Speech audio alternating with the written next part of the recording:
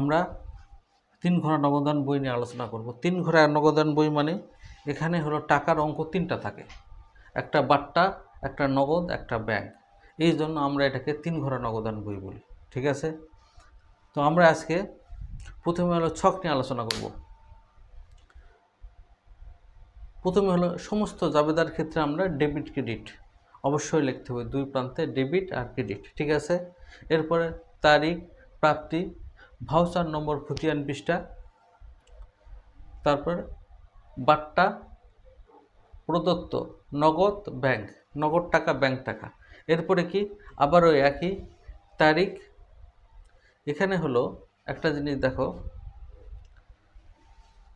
এখানে প্রাপ্তি, এখানে প্রদান। ঠিক আছে, ভাউচার নম্বর, খতিয়ান পৃষ্ঠা, বাট্টা, প্রাপ্তি, নগদ টাকা, ব্যাংক টাকা। ঠিক আছে, দেখো এদিকে যা এদিকেও তা, শুধু এখানে টাকা আসে দেখে এখানে প্রাপ্তি, আর টাকা চলে যায় সেটা সেজন্য প্রদান। ঠিক আছে, ছক এটা যেরকম ঠিক এটাও সেরকম। ঠিক আছে,